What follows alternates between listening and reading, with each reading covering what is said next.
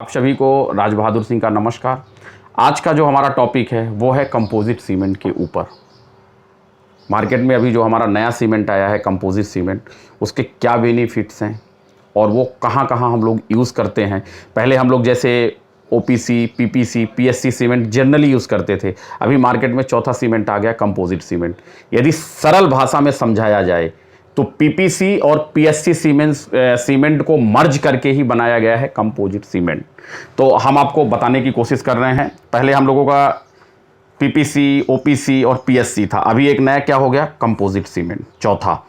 जैसे कि हमने अभी आपको बताया पीपीसी और पीएससी को ही मर्ज करके क्या बनाया गया है, कंपोजिट सीमेंट। ठीक है दोस्तों, इसमें क्या है, इसमें पहले क्या क्या था और ये हमारा क्या है, पोर्टलैंड कंपोजिट सीमेंट का आईएस कोड जो कि 2015 रिवीजन है, क्या है 16415। ठीक है, अब आप लोगों को दिखाने के लिए कि कंपोजिट सीमेंट है क्या, पहले जैसे आप देख सकते थे पीएससी सीमेंट में हम लोग क्या क्या यूज़ करते थे, क्लिंकर यूज़ करते थे, स्लैग यूज़ करते थे और जिप्सम को यूज़ करते थे। ठीक है, वहीं यदि हम पीपीसी सीमेंट की बात करते थे तो क्लिंकर हो गया, फ्लाई एश हो गया और जिप्सम हो गया। ये दोनों को मर्ज किया तो क्या बना, अब आप देखिए हम लोग कंपोजिट सीमेंट में क्या यूज़ कर रहे हैं, clinker, slag, fly ash and gypsum. ठीक है, अब इसमें यदि हम फ्लाई एश की दोस्तों बात करते हैं तो कितना है फ्लाई एश का परसेंटेज, 30% हम लोग फ्लाई एश यूज़ कर रहे हैं और 20% हम लोग ग्लास फर्नेस स्लैग यूज़ कर रहे हैं। किसमें, कंपोजिट सीमेंट में, पोर्टलैंड कंपोजिट सीमेंट। इस प्रकार से इन दोनों का मिश्रण जो है हमारा है कंपोजिट सीमेंट। ठीक है दोस्तों, इसमें अभी जैसे इस सीमेंट को इन जगहों में यूज़ किया गया है। आप देख सकते हैं मुंबई में जो हमारा नथनिया हाई ये बिल्डिंग्स है जो कि 262 मीटर हाइट है, यहाँ पे हम लोगों का जो रिक्वायर्ड स्ट्रेंथ थी वो कितना था, 60 to 80 MPa था। ठीक है, मेगा पास्कल, जहाँ पे आप लोगों ने कंपोजिट सीमेंट यहाँ पे यूज़ किया है। इसके बाद आपका इंडिया बुल्स में भी मुंबई में यूज़ किया है, या आप नोएडा में जो हमारा बिल्डिंग है 255 मीटर की, जहाँ पे 50 MPa कंक्रीट की स्ट्रेंथ रिक्वायर्ड थी, जहाँ पे उसको यूज़ किया गया है। तो इस प्रकार से इन बिल्डिंगों में क्या है, कंपोजिट सीमेंट को यूज़ किया गया, यानी इसकी स्ट्रेंथ अच्छी आती है। ठीक है दोस्तों, यदि हम ओवरऑल की बात करते हैं तो कुछ इस प्रकार से उसका बैक पैकिंग होने के बाद दिखता है, किसका, कंपोजिट सीमेंट का। ठीक है दोस्तों, और उसको हम लोग कहाँ कहाँ यूज़ कर सकते हैं, तो यदि हम दोस्तों यूज़ करने की बात करें तो आप उसको प्लास्टर में यूज़ कर सकते हो, ब्रिक मशीनरी या ब्लॉक मशीनरी में यूज़ कर सकते हो, फाउंडेशंस के लिए यूज़ कर सकते हो, प्रीकास्ट के लिए यूज़ कर सकते हो। इनमें जो यूज़ करने का मेन पर्पज़ है वो क्या है, एक्चुअली में क्या है, ये इसमें हीट ऑफ हाइड्रेशन कम होता है, जिसके कारण हमारे जो क्रैक डेवलप होते हैं उनके चांसेस इसमें कम होते हैं। और दूसरा क्या होता है दोस्तों, ये जो है अपना ओपीसी के कंपेयर में ये ज़्यादा फाइन होता है, हमारा फाइननेस क्या होता है, ज़्यादा होता है किसमें, आपका इसमें क्या कहते हैं, कंपोजिट सीमेंट में। तो इसमें वाटर डिमांड भी इसकी कम होती है। और इसके बाद दोस्तों हम आपको पीपीसी और ओपीसी सीमेंट में आपका यहाँ देख सकते हैं, हमने दोनों का टेस्ट सर्टिफिकेट रखा है, ये दोनों में क्या डिफरेंस है या दोनों में क्या क्या चीज़ें अलग हैं और दोनों में से कौन सा बेटर है। वैसे एक प्रकार से बोल सकते हैं तो ये पीपीसी सीमेंट टाइप का ही है, बट इसकी स्ट्रेंथ थोड़ा ज़्यादा आती है। तो दोस्तों आप देख सकते हैं ये हमारा क्या है, ये हमारा पीपीसी का हो गया टेस्ट सर्टिफिकेट और ये हमारा हो गया कंपोजिट सीमेंट का। यदि दोस्तों हम केमिकल की बात करते हैं, केमिकल की बात करते हैं तो लगभग दोनों का इक्वली आता है, ज़्यादा डिफरेंस नहीं है, केमिकल प्रॉपर्टीज़ हो गई।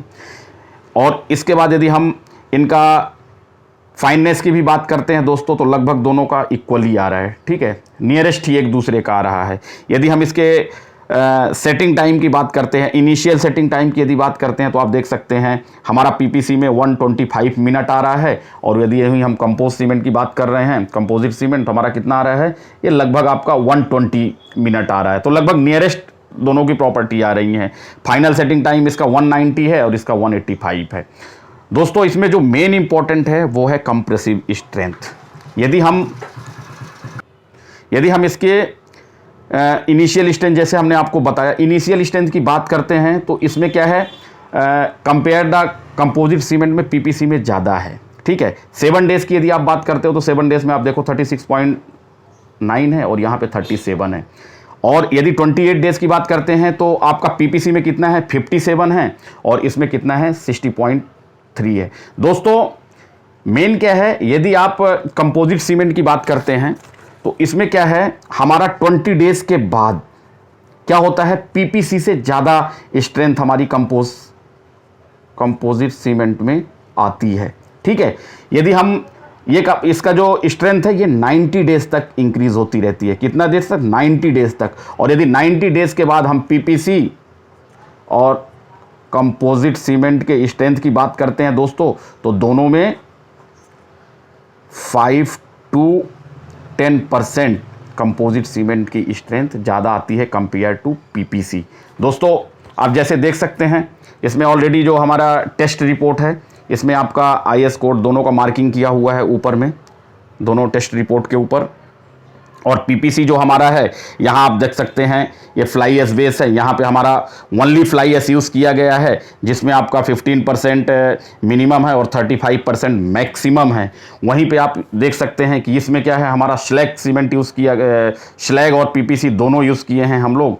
तो इस प्रकार से अब ये हमारा फ्लाई एस परसेंटेज हो गया 15 to 35, और यदि हम स्लैग की बात करते हैं दोस्तों तो 20 to 50। लेकिन हम लोगों ने जो अभी यूज़ किया है, जैसे हमने आपको बताया 30% है, और जो हम लोगों ने स्लैग यूज़ किया वो 20%। ये आप देख सकते हैं, यहाँ टेस्ट रिपोर्ट में भी दिया हुआ है। दोस्तों जैसे आप देख सकते हैं, ये हमारा क्या है, बैग है। जैसे कि हमने आपको बताया, ये हमारा अंबुजा का बैग है। ठीक है, अंबुजा सीमेंट का, कंपोजिट सीमेंट का। इसमें ऑलरेडी दोस्तों हम आपको दिखाने की कोशिश कर सकते हैं, आप ये देख सकते हैं ऑलरेडी यहाँ पे फ्लाई एस कितना है 30% और स्लैग कितना है 20%। आप देख सकते हैं इसमें ऑलरेडी लिखा हुआ है बैग के ऊपर ही।